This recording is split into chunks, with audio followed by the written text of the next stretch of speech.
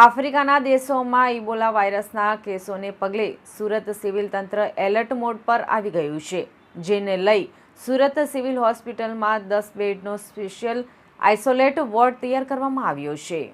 Congo, Uganda અને south Sudan જેવા દેશોમાં ઇબોલાના કેસો નોંધાતા ગુજરાત આરોગ્ય વિભાગે આગોતરી સાવચેતીના પગલાં તેજ કર્યા છે.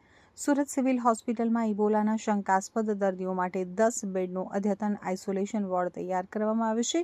વોર્ડમાં વેન્ટિલેટર, મોનિટર, જરૂરી દવાઓ અને નર્સિંગ સ્ટેશનની સુવિધા ઉપલબ્ધ કરાવવામાં આવી છે. સંક્રમણ ન ફેલાય તે માટે દર્દીઓ માટે અલગ ઓપીડી, સ્પેશિયલ લિફ્ટ અને અલગ એન્ટ્રી એક્ઝિટની પણ વ્યવસ્થા ઊભી કરાઈ છે. તો સિવિલ હોસ્પિટલના તબીબી અધિક્ષક ડોક્ટર પારુલ વડગામાએ જણાવ્યું હતું કે મેડિસિન, માઇક્રોબાયોલોજી અને એનેસ્થેસિયા વિભાગના 75 જેટલા ડોક્ટરોને વિશેષ તાલીમ આપવામાં આવી છે. આગામી દિવસોમાં નર્સિંગ સ્ટાફ અને અન્ય કર્મચારીઓને પણ ટ્રેનિંગ આપવામાં આવશે.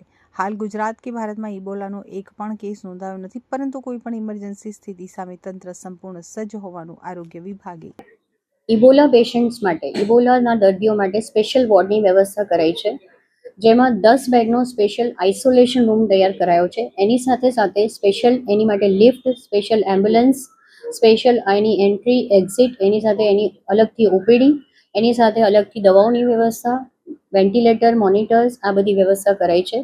સાથે સાથે અમારી સાથે ડૉક્ટર અશ્વિન વસાવા, જે આ ઇબોલા વોર્ડના નોડલ ઓફિસર રહેશે, મેડિસિન વિભાગના હેડ ઓફ ડિપાર્ટમેન્ટ, આ બધી કામગીરી છેલ્લા 2 દિવસથી આપણે કરી રહ્યા છે. 2 દિવસથી સતત તૈયારીમાં આપણી સાથે પીઆઈયુ વિભાગના બધા લોકો સાથે ડૉક્ટર કેતન નાયક, આરએમઓ, ઇકબાલ કડીવાલા તથા નર્સિંગ સ્ટાફ, મેટ્રન અને એની સાથે સાથે medicine department, paediatric department, anaesthesia department, microbiology અને રેસ્પિરેટરી મેડિસિન ડિપાર્ટમેન્ટના વિવિધ એચઓડી સાથે સાથે આપણી સાથે રહ્યા છે. આજે પણ 75 જેટલા ડૉક્ટર્સની ટ્રેનિંગ ચાલી રહી છે. કાલે બપોરે સર્વન્ટ્સની ટ્રેનિંગ છે, નર્સિસની ટ્રેનિંગ છે, માઇક્રોબાયોલોજી અને મેડિસિન ડિપાર્ટમેન્ટના રેસિડેન્ટની અલગથી ટ્રેનિંગ રાખી છે. જે રીતની આપણે ગુજરાત સરકાર દ્વારા ગાઈડલાઇન્સ આવશે એ રીતે રોજને રોજ આપણે આનું અપડેટ કરીને રોજને રોજ એ પ્રમાણે કામગીરી કરી રહ્યા છે.